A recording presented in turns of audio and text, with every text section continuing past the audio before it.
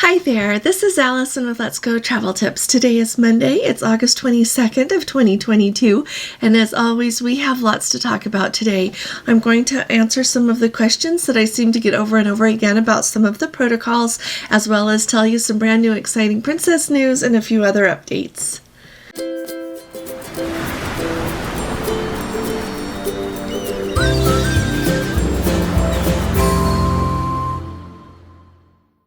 So first of all, let's talk about Princess. If I've already told you this, forgive me, but I think that I missed it the other day. On August 19th, which was last Friday, Princess, there was a little news report here all about their new LNG-powered ships that are supposed to be coming out in 2023 and 2025. Now, if you are new around here, the last time Princess introduced a brand new ship was the Discovery Princess, her inaugural cruise. I want to say it was maybe March 27th, but it was in March of this year, 2022. And so with this new announcement of a couple of more cruise ships on the way, it is a really big deal because this is going to be in the next class of the Princess ships. They are calling it their Sphere class. So right now the ships being built, like the Discovery Princess is a sister ship, like with the Royal Princess and the Regal Princess and the Sky Princess and the Enchanted Princess, the Majestic Princess, all these princess, those ships, and forgive me if I've missed one, but those are all sister ships. They're about the same size, the number of passengers that they carry. Their top capacity is 3,660. And so with these new ships that are due to come out, the capacity for passengers will be 4,300 guests. They are anticipating that the first one will come out probably in the fourth quarter of 2023, and then the next one won't be until 2025, like in the spring.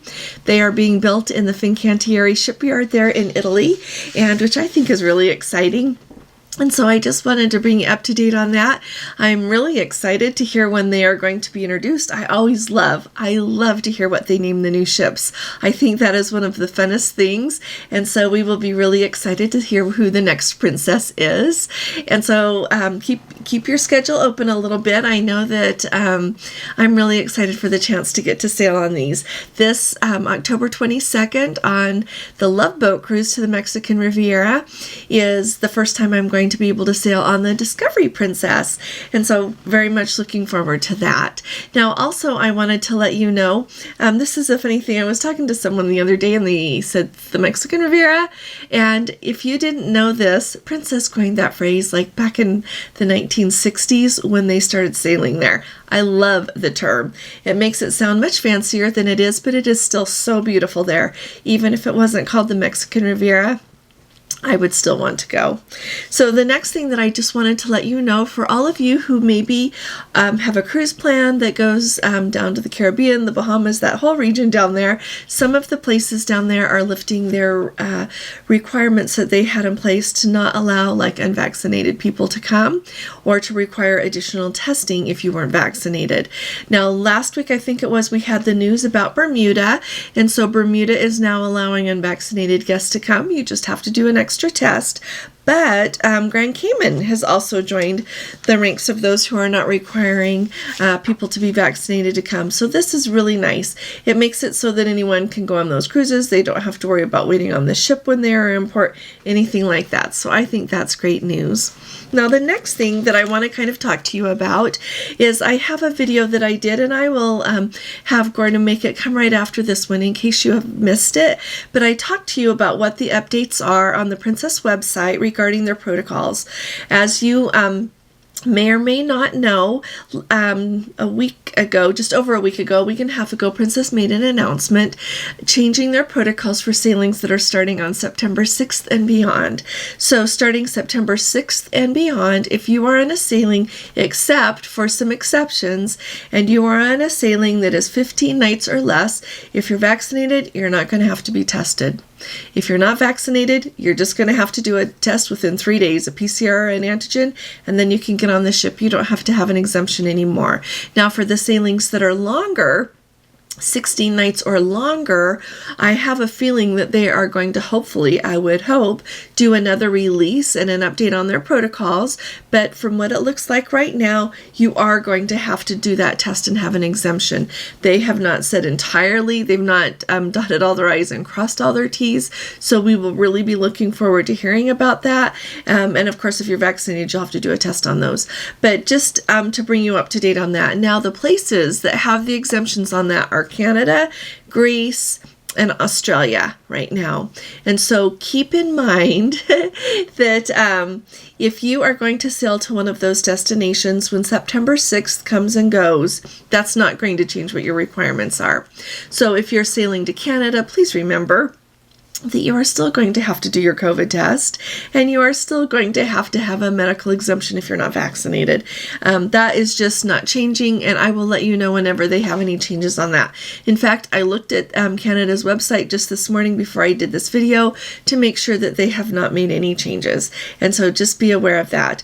The other change, and Princess has a whole new little section on sailings that departing, arriving, or visiting Greece, and this is as of August 16th, so it's just brand new last week.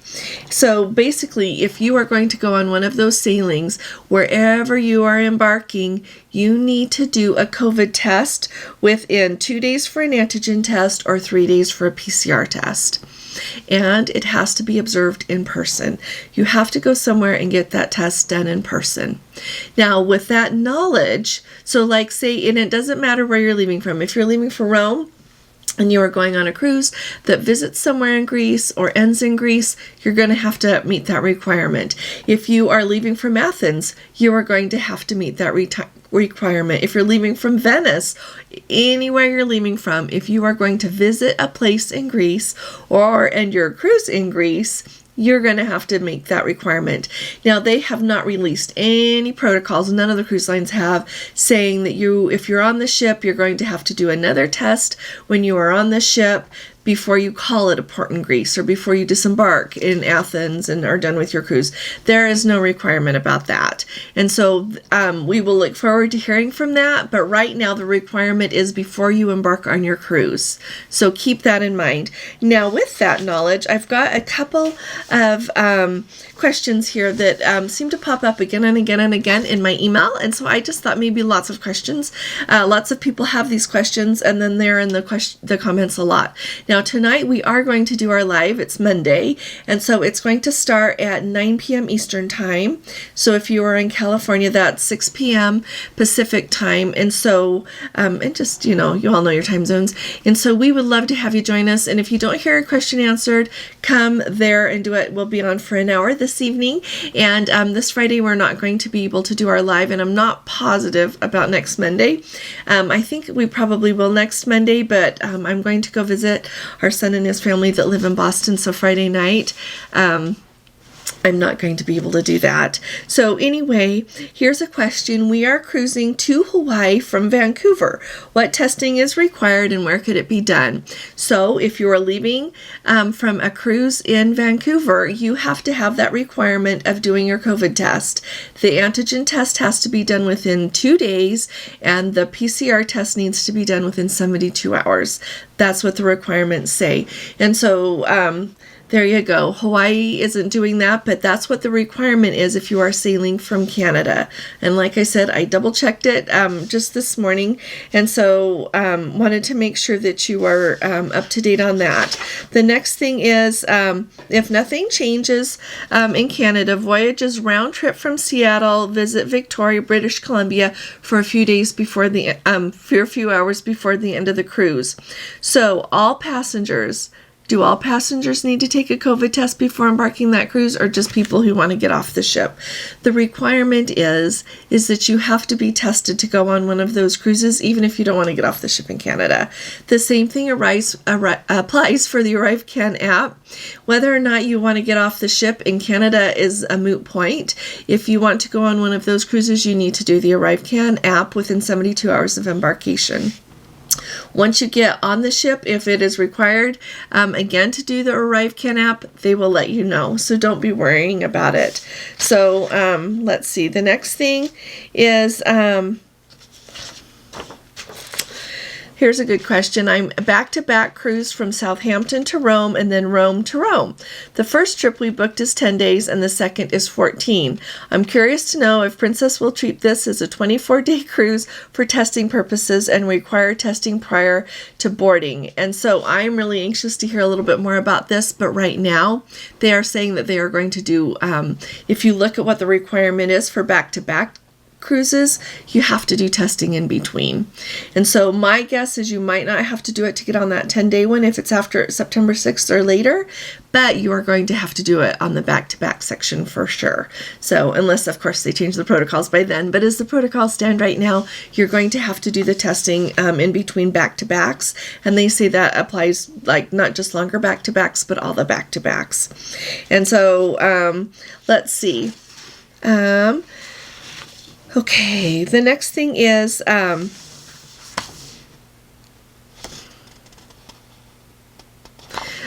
this is kind of fun. So it says guest sailing on voyages 16 nights or longer or on sailings of a full Panama Canal transit or a transocean and other specific itineraries, they need to do a supervised test within 3 days of embarkation for guests ages 5 and older, and guests on these types of voyages will be contacted directly by an ocean navigator. And I have gotten several questions about what an ocean navigator is, and I get it. That's tricky. And an ocean navigator is just an employee of Princess. Someone's going to contact you, and in fact they've changed their message, at least when I call the line that I use to do things for people that I work with. They say, you know, an ocean navigator will be with you whenever, and so it's just their people on the phone there. And so just look forward to a contact from Princess. And you know what, all of you who are sailing on these cruises, at best, especially so close to September 6th, we would love to hear from you, because this whole thing is new. We would like to know how they are applying it at embarkation, how things go on the ship, just everything, all of the communication that you receive before you sail. I would love it if you would share that with me, because it will really help so many people know what to expect. So let us know how you hear from the ocean navigator, what they say, just the whole process there. That would be absolutely wonderful. And then it says we are on a 24-night cruise in October. We're both vaccinated. Do we know if we will have to show the results or just attest to taking the test with a negative result? You know what? They have not announced that yet. They just simply say that you're going to have to be tested if you are going to go on those longer cruises. If you are sailing out of Southampton right now, even before September 6th, you just have to attest that you did a test on your own within 3 days. So we are going to wait and hear what they say about that. They have not released, like I said, all of the protocols and exactly how everything is going to have to work with this. So I hope that going through some of these questions have maybe helped some of you.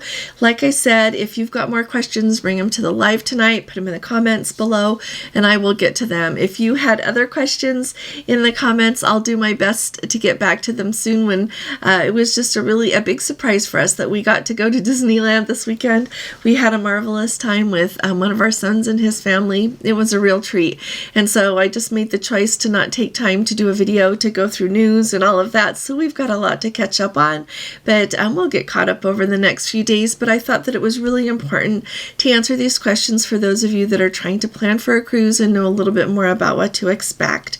And so I look forward to seeing you with us tonight, and I look forward to seeing you again tomorrow. If you haven't subscribed yet, will you please subscribe? It will help us out, and I think that it'll help you out too, because it'll make you a member of our Let's Go family, and we have the most remarkable community here. Amazing people. Also, if you appreciate these updates, would you please give this video a thumbs up? It really does help us out. So I will be talking to you all again really soon. You all take really good care. God bless you. Love you. Bye-bye.